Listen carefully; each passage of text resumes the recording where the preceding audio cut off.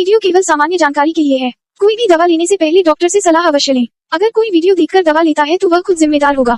धन्यवाद।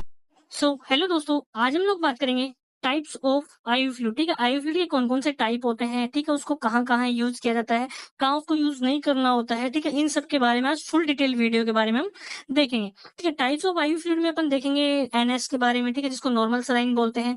उसके बाद में जो रिंगर लैक्टेट सोल्यूशन होता है उसके बारे में, डीएनएस के बारे में, D5 D10 के बारे में और मैनिडोल सोल्यूशन के बारे में हम लोग बात करेंगे। ठीक है, तो जो टाइप्स ऑफ आईवी फ्लूइड में जो सबसे पहले आता है वो है नॉर्मल सलाइन। ठीक है, नॉर्मल सलाइन के बारे में अपन बात करते हैं कि इसके अंदर क्या पाया जाता है। ठीक है, सबसे पहले अपन बात करते हैं उसके कंपोजिशन की, कि किस किस चीज का मिश्रण होता है, जिसमें 0.9% वेट बाई वॉल्यूम NaCl पाया जाता है। ठीक है, इसका मतलब होता है कि 0.9 ग्राम NaCl लेकर के उसको 100 ml ऑफ वाटर में डिजोल्व किया जाता है, तब जाके ये NS का जो 0.9% वेट बाई वॉल्यूम सोल्यूशन बनता है। ठीक है, उसके बाद में अपन बात करते हैं कि उसके यूजेस की। तो इसके जो यूज की जो बात करता हूँ तो वो डिहाइड्रेशन, ठीक है, डायरिया, वोमिटिंग। ठीक है, जो पानी की जो कमी हो जाती है डायरिया में, वोमिटिंग में, उल्टी अगर किसी को आ रही है, दस्त किसी को लग रहे हैं, तो उसके अंदर जो पानी की कमी हो जाती है उसको पूरा करने के लिए इसको यूज किया जाता है। उसके बाद में जो ब्लड लॉस के अंदर जो ट्रोमा सर्जरी होती है उसमें इसको यूज किया जाता है। ठीक है, सोडियम इम्बैलेंस, अगर सोडियम इम्बैलेंस हो गया बॉडी में, उसके लिए इसको यूज किया जाता है। वाउंड क्लीनिंग, मतलब घाव अगर हो गया तो उसको धोने में इसको यूज किया जाता है। और डाइल्यूट इंजेक्शन पाउडर, ठीक है, अपने पास जो पाउडर की फॉर्म में जो इंजेक्शन आते हैं, ठीक है, उसको कई बार स्टेराइल वाटर की हेल्प से इसको डायल्यूट किया जाता है। अदरवाइज इसको नॉर्मल सलाइन की हेल्प से भी डिजोल्व किया जाता है, तभी उसको आईवी रूट्स के थ्रू लगाया जाता है।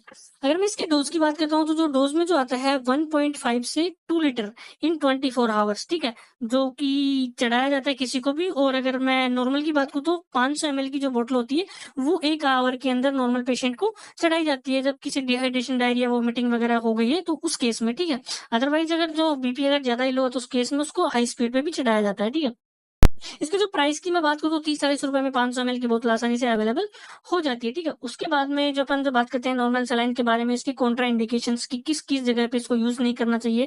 अगर पेशेंट को हाइपरटेंशन है, ठीक है, अगर उसकी बीपी बहुत ज्यादा हाई है तो उस केस में अपने को यूज नहीं करना चाहिए। ठीक है, प्रेगनेंसी में इसको बहुत कम यूज किया जाता है। ठीक है, उसके बाद में इसके साइड इफेक्ट्स की बात करते हैं तो infection at site of injection. ठीक है, अगर जहाँ पर मैं इंजेक्शन लगाया वहाँ पे इन्फेक्शन के चांसेस हो सकते हैं। ठीक है, ये नॉर्मल है, मतलब कि होता नहीं है ऐसा, बाई चांस कभी हो सकता है। वीनस थ्रोम्बोसिस का प्रॉब्लम हो सकता है। ठीक है, उसके बाद में जो एक्स्ट्रा वेसिटल है, मतलब कि जो जहाँ से अपन ने इसको इंसर्ट किया इंजेक्शन को, वहां से फ्लूइड लॉस, मतलब कि लीकेज का प्रॉब्लम हो सकता है। ठीक है, उसके बाद में अपन बात करते हैं हाइपर वोलेरेमिया की प्रॉब्लम हो सकती है। ठीक है, उसके बाद में जो सोल्यूशन आता है वो है रिंगर लैक्टेट। ठीक है, और जिसको हार्टमैन सोल्यूशन जिसको बोला जाता है। ठीक है, तो इसके अगर मैं कंपोजिशन की बात करूँ तो इसके अंदर सोडियम क्लोराइड, ठीक है, सोडियम लैक्टेट, पोटेशियम क्लोराइड और कैल्शियम क्लोराइड को वाटर में डिसोल्व करके इस सॉल्यूशन को बनाया जाता है।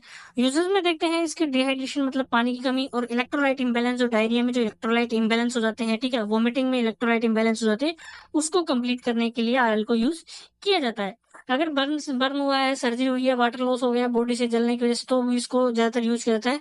लो बीपीएम में और शॉक एब्जॉर्बिंग की तरह भी इसको यूज किया जाता है। एसिडोसिस, वीकनेस, कमजोरी में इसको यूज किया जाता है। इसकी अगर मैं डोज की बात करूँ तो वही 1 लीटर से लेकर 1.5 लीटर इन 24 आवर्स में इसको चढ़ाया जाता है। ठीक है, कॉन्ट्रा इंडिकेशंस की बात करूँ तो एल्केलोसिस, ठीक है, एल्केलोसिस में इसको यूज नहीं किया जाता। और अगर बीपी हाई है तो उसमें भी इसको यूज नहीं किया जाता, क्योंकि उसकी वजह से अगर अपन यूज करें तो बीपी और भी ज्यादा बढ़ सकती है।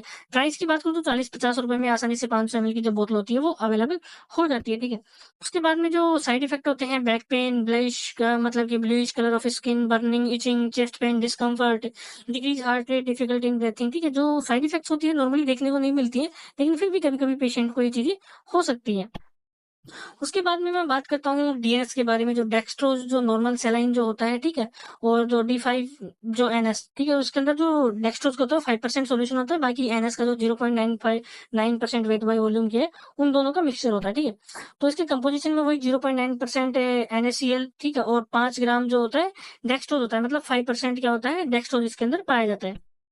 उसके बाद में की यूजेस की बात करूँ तो वो डिहाइड्रेशन, ठीक है, वाटर का अगर लॉस हो गया बॉडी के अंदर से, ठीक है, लो ग्लूकोज, अगर जो ब्लड ग्लूकोज की लेवल कम हो गया, ब्लड के अंदर ग्लूकोज कम हो गया है, तो उस केस में जो वीकनेस और फैटिकनेस जो आती है बॉडी के अंदर, उसको सही करने के लिए यूज किया जाता है। ठीक है, उसके बाद में इंसुलिन शॉक, अगर इंसुलिन ले रहे हैं, ठीक है, और वो ज़्यादा इंसुलिन अगर मतलब डोज़ ज़्यादा हो गई है, शॉक लग गया है, तो उसको जल्दी से ट्रीट करने के लिए क्या करते हैं, ग्लूकोज़ उसको चढ़ाया जाता है, जिससे कि इंसुलिन की जो मात्रा होती है वो ब्लड में कम हो जाए, ठीक है। उसके बाद में to fulfilment fluid loss in accident, अगर कोई एक्सीडेंट हो गया जिसमें ब्लड लॉस हो गया, जिसमें फ्लूइड की कमी हो गई है बॉडी में, तो उस केस में इसको यूज़ किया जाता है, ठीक है।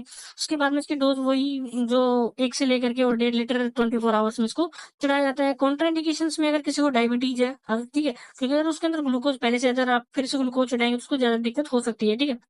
हार्ट डिज़ीज़, अगर किडनी डिज़ीज़ उसको है, तो उसको भी आप डीएनएस नहीं लगाएँगे, ठीक है। मतलब कभी-कभार आप देखते हैं कि जो हार्ट में किसी को वॉल्व डले हुए होते हैं, ठीक है?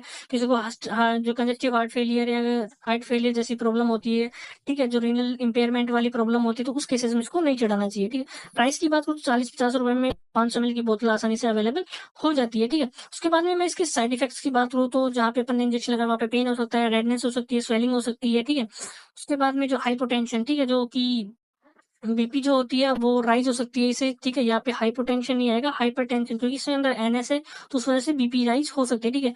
फ़ीवर की प्रॉब्लम हो सकती है, क्योंकि जो शिवरिंग वाली इश्यू होती है वो इसमें हो सकता है, ठीक है? और ट्रेमर्स आ सकते हैं, ठीक है? कँपकँपी उसको लग सकती है, चिल्स जो होते हैं उसको सर्दी लग सकती है, ठीक है?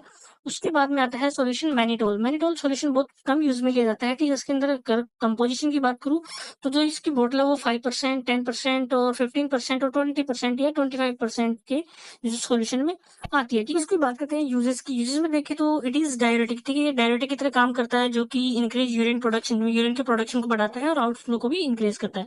उसके बाद में एक्यूट रीनल फेलियर में इसको यूज किया जाता है, ठीक है। सेरिब्रल एडेमा, जो ब्रेन के अंदर जो स्वेलिंग वगैरह हो जाती है उसमें इसको यूज किया जाता है। ग्लूकोमा, ठीक है, जो आई के अंदर जो प्रेशर इंक्रीज होता है, स्वेलिंग वगैरह होती है, उसमें इसको यूज किया जाता है। 2 से 3 बोतल को 24 आवर्स के अंदर चढ़ाया जाता है, 6 से 8 घंटे का गैप देकर के। और उसकी अगर बात करें तो 80-90 रुपए में एक बोतल इजीली 100 ml की अवेलेबल हो जाती है, ठीक है। और इसको ज़्यादातर हॉस्पिटल में यूज़ किया जाता है, क्लिनिक्स में इसको बहुत कम यूज़ में लेते हैं, ठीक है। मैनिटोल की अगर मैं बात करूँ कॉन्ट्राइंडिकेशंस की, तो established anuria due to renal disease, अगर किसी रीनल डिजीज़ की वजह से एन्यूरिया है, मतलब यूरिन बिल्कुल भी नहीं बन रहा है, तो उस केस में इसको यूज़ नहीं करते हैं, ठीक है।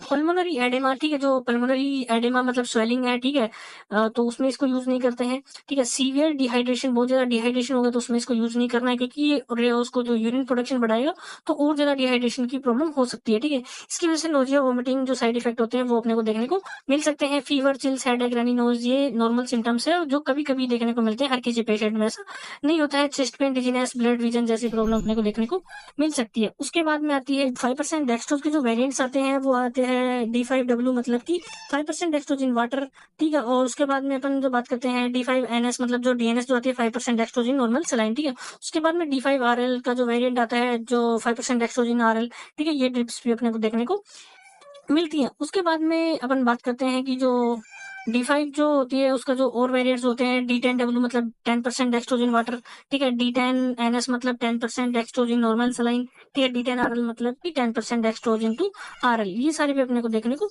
मिलते हैं, ठीक है। आज के लिए ये अपने जो आईवी फ्लूइड्स के बारे में बात की, जो आपको वीडियो कैसे लगी कृपया हमें कमेंट में बताएं। अगर आपकी कोई भी क्वेरी है तो आप हमें कमेंट में पूछ सकते हैं, ठीक है। आपको अगर वीडियो अच्छी लगी हो तो कृपया लाइक करें, शेयर करें, सब्सक्राइब करें। थैंक यू, धन्यवाद, जय हिंद, जय भारत।